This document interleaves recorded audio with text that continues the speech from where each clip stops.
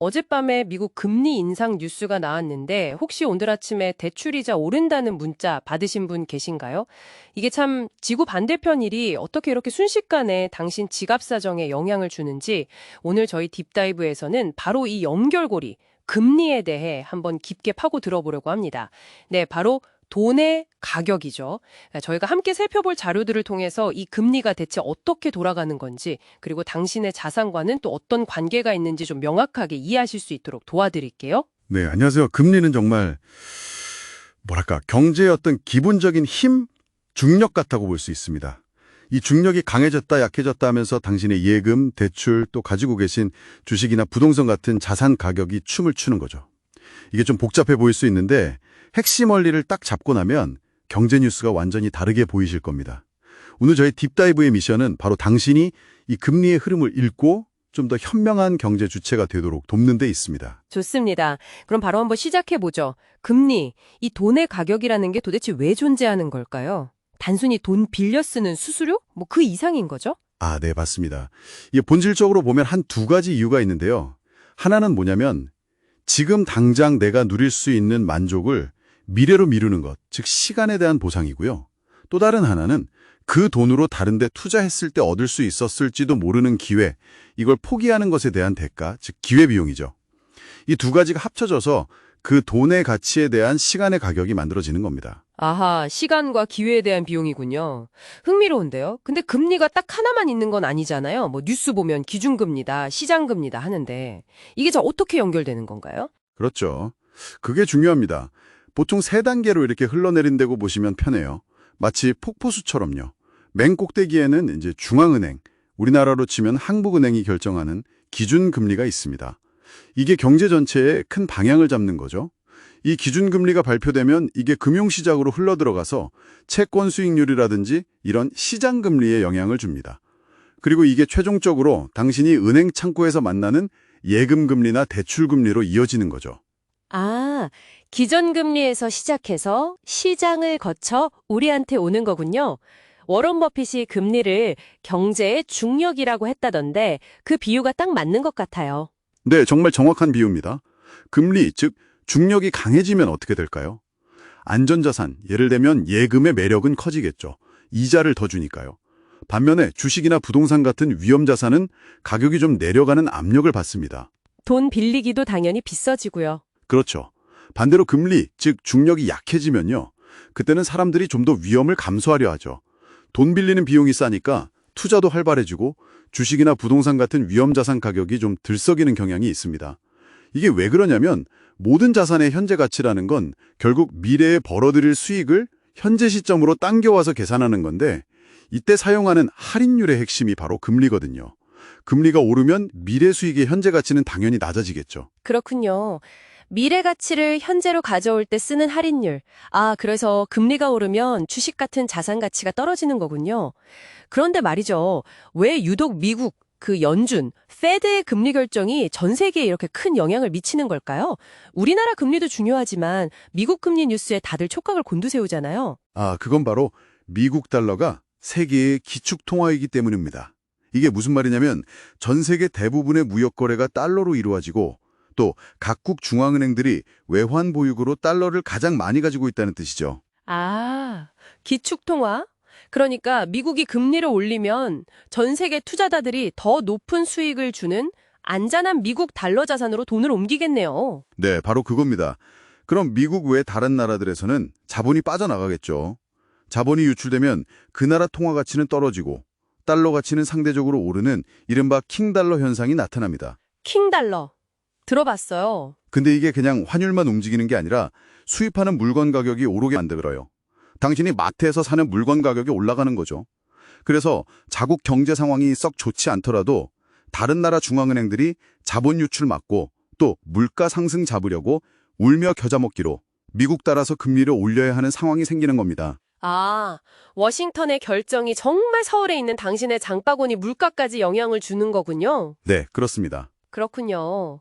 자, 그럼 이 금리 변화가 구체적으로 당신의 자산에는 어떤 영향을 미치는지 좀 더 자세히 들여다보죠. 먼저 가장 기본적인 예금이나 적금은 어떻습니까? 이건 금리 인상기에 오히려 좀 반가운 소식일 수 있죠. 예금 금리가 같이 오르니까요. 예금자 입장에서는 보너스 같은 느낌. 다만 이때는 너무 길게 묶어두는 것보다는 나중에 금리가 더 오를 수도 있으니 좀 짧게 가져가는 단기 고금리 상품을 노려보는 게 유리할 수도 있습니다. 아, 추가 인상 기회를 노린다. 일리가 있네요. 그럼 반대로 대출은요? 특히 변동금리 대출을 갖고 계신 분들은 이게 정말 공포스러울 것 같은데요. 네, 맞습니다. 변동금리 대출자에게 금리 인상은 정말 큰 부담이죠. 재앙이라고 표현하신 분도 계시고요. 우리나라에서는 보통 은행의 자금 조달 비용을 반영하는 코픽스라는 지수에 연동된 경우가 많은데 기준금리가 오르면 이 코픽스도 따라 오르고 그러면 당신의 대출 이자 부담이 정말 눈덩이처럼 불어날 수 있습니다. 실제로 예전에 금리 상승기에 소득 대비 원리금 상환 부담, DSR이라고 하죠. 이게 40%였던 분이 50% 넘게 치솟거나 월 상환액이 막 몇십만 원씩 늘어난 사례들이 꽤 있었어요. 사실상 금리가 오르내리는 위험을 대출받은 사람이 다 떠안는 구조라고 볼 수 있죠. 이야, 이거 정말 심각한 문제네요. 듣고 계신 분들, 지금 바로 당신 대출 계약서 한번 확인해 보셔야겠습니다. 고정금리인지 변동금리인지.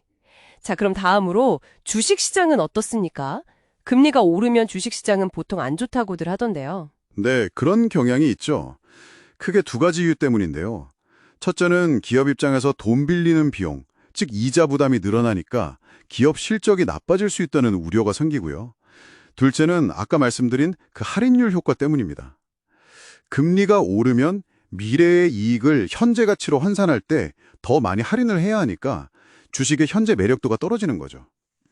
특히 당장의 이익보다는 미래의 큰 성장을 기대하고 투자하는 기술주나 성장주들이 금리 인상에 좀 더 민감하게 반응하는 편입니다. 미래 가치를 많이 할인해야 하니까. 그렇군요. 그럼 부동산 시장도 비슷하겠네요. 아무래도 대출과 밀접하게 연관되어 있으니까요. 네, 맞습니다. 대출 이자가 오르면 당연히 주택 구매 부담이 커지죠. 그럼 집을 사려는需求가 줄어들게 되고 이게 가격에는 하방 압력으로 작용합니다. 특히 대출, 그러니까 레버리지를 많이 이용해서 가격이 올랐던 시장일수록 금리 인상의 충격에 더 취약할 수밖에 없고요. 알겠습니다. 예금, 대출, 주식, 부동산까지 정말 금리 변화가 우리 삶 구석구석에 영향을 미치네요. 그럼 이런 변화무쌍한 금리 환경 속에서 우리는 어떻게 대응하는 게 현명할까요? 어떤 전략을 가져가야 할까요? 이건 금리가 오를 때와 내릴 때 그 방향성에 따라 좀 다른 접근이 필요합니다. 먼저 금리가 오르는 시기, 즉 금리 상승기에는 방어 또는 위험 관리에 좀 더 초점을 맞추는 게 좋습니다. 말씀하신 대로 변동금리 대출이 있다면 고정금리로 갈아탈 수 있는지 한번 알아보고 또 전체 자산 중에서 예금 같은 안전자산 비중을 좀 늘리는 걸 고려해 볼 수 있겠죠. 주식 투자를 한다면 아무래도 변동성이 큰 성장주보다는 좀 안정적인 가치주 중심으로 포트폴리오를 짜는 게 유리할 수 있습니다. 방어가 핵심이군요. 그럼 반대로 금리가 내려가는 시기 혹은 내려갈 것으로 예상될 때는 어떻게 해야 할까요? 그때는 이제 성장의 기회를 좀 더 적극적으로 모색해 볼 수 있습니다. 저금리를 활용해서 투자를 늘리는 걸 고려해 볼 수 있고요. 예금 같은 경우는 금리가 더 내려가기 전에 좀 더 긴 만기의 고정금리 상품으로 묶어두는 것이 유리할 수도 있습니다. 주식시장에서는 다시 성장주나 기술주가 좀 더 매력적으로 보일 수 있고 금리가 내려가면 채권 가격은 오르기 때문에 채권 투자도 상당히 좋은 선택지가 될 수 있습니다. 아, 상황에 따라 전략을 다르게 가져가야 하는군요. 그럼 우리가 경제 뉴스를 볼 때 특히 어떤 지표들을 좀 눈여겨보면 좋을까요? 금리 방향을 예측하는 데 도움이 될 만한 거요? 네, 몇 가지 주요한 지표들이 있는데요. 우선 소비자 물가지수 CPI 상승률을 꼭 보셔야 합니다. 물가가 너무 오르면 중앙은행이 금리를 올릴 가능성이 커지니까요. 그리고 미국 연준 같은 경우에는 그 FOMC 회의 후에 발표하는 점도표라는 게 있습니다. 연준 위원들이 앞으로 금리가 어떻게 될 것 같은지 각자 점으로 찍어 놓은 건데 이걸 보면 연준의 속내를 어느 정도 엿볼 수 있죠. 아, CPI랑 점도표 기억해 둬야겠네요. 자, 오늘 이렇게 금리에 대해 깊이 파고들어 봤는데요. 이제 금리가 더 이상 어렵고 나와는 상관없는 그런 복잡한 숫자가 아니라 정말 내 자산 가치를 결정하고 내 금융생활과 직결된 중요한 생존 신호라는 걸 좀 느끼셨을 것 같습니다. 어떻게 보면 당신도 이제 경제의 언어를 어느 정도 이해하게 되신 거죠. 네, 맞습니다. 금리의 작동 원리를 이해하는 것이 이 변동성 큰 시대에 당신의 자산을 지키고 또 현명하게 피워나가는 가장 기본적인 첫걸음이라고 생각합니다. 그럼 마지막으로 질문 하나 드릴게요. 오늘 저희가 나눈 이야기들을 바탕으로 현재의 금리 상황을 딱 고려했을 때 당장 당신의 금융생활에서 실천해 볼 수 있는 아주 작은 변화 한 가지는 무엇일까요? 뭐 거창한 게 아니어도 좋습니다. 그냥 한번 외면했던 대출 계약서 내용을 다시 한번 찬찬히 살펴보는 것만으로도 저는 그게 아주 의미 있는 변화의 시작이 될 수 있다고 생각합니다.